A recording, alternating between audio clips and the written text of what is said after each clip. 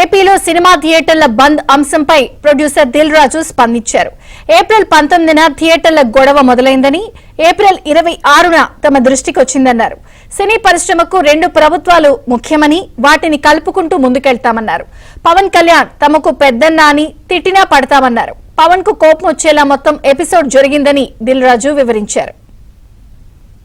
మొదలైందంటే April 19 east Godavari distributors exhibitors అక్కడ ఒక meeting చేసుకున్నారు. సో ఇట్లా థియేటర్లు వర్కౌట్ అవ్వట్లేదు కాబట్టి మాకు పర్సంటేజ్ విధానం ఉంటే బాగుంటుంది అని. ఏప్రిల్ 26 గిల్డ్ మీటింగ్ జరిగింది. డైరెక్ట్గా జూన్ 1 నుంచి వాళ్ళది వర్కౌట్ అవ్వకుంటే థియేటర్లు ఇలా ఆపుతాము అని కమ్యూనికేట్ చేయడం జరిగింది. వాళ్ళు చేస్తేనే ఇండస్ట్రీకి ఏ సమస్య వచ్చినా ప్రభుత్వాలే చేయాలి.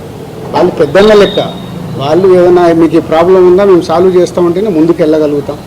సో ఇప్పుడు రెండు ప్రభుత్వాలు ఇండస్ట్రీకి ఎప్పుడు పాజిటివ్గానే ఉంటాయి. వాళ్ళ ప్రాబ్లమ్స్ గవర్నమెంట్కి చెప్పి, తెలంగాణ గవర్నమెంట్ కానీ ఆంధ్ర గవర్నమెంట్కి కానీ మేము చెప్పి వాళ్ళ సమస్యలు సాల్వ్ చేయించి ముందుకెళ్తాం.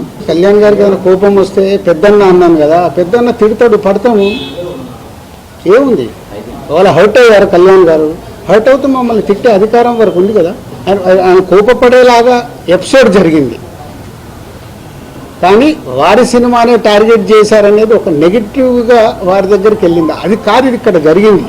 జూన్ 1 థియేటర్లు బంద్ అని మీరందరూ హెడ్లైన్స్ ఇవ్వడమే మేజర్ ప్రాబ్లం.